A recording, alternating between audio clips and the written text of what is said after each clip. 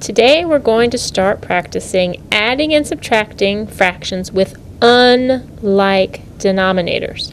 So we've been practicing with fractions that have the same denominators, like denominators. And we've learned from doing that we don't ever add our denominators. The same thing is true when the denominators are different. If we have 3/4 plus 2/6, we can't add them together and magically turn them into 5/10. It just doesn't work. These are different size pieces. We have to find a way to change our fractions so that the pieces are all the same size. And we're already really good at making equivalent fractions.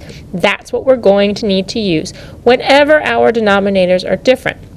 We have to make an equivalent fraction of each fraction that has the same denominator so that we can add them or subtract them.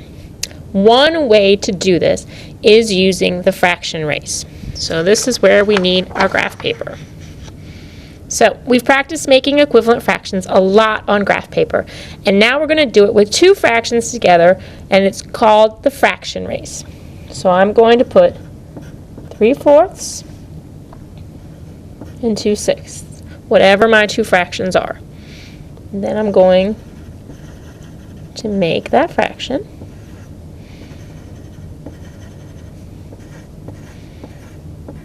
So I have my 3/4 and I have my 2/6. They're going to race until they tie, until they both end up with the same denominator. So I'm going to repeat the shorter one first. And they don't tie yet because I've still got some space down here. So now I'm going to repeat this one. They still don't tie, so I'm going to go back up and repeat 3/4 again. And now they've tied. So now I know that I have the same denominator, and I've just made equivalent fractions. So now my 3/4 has become 3, 6, 9 out of 4, 8, 12. 9/12. 3/4 is equivalent to 9/12. And my 2/6 has become 2, 4, again out of a total of 12.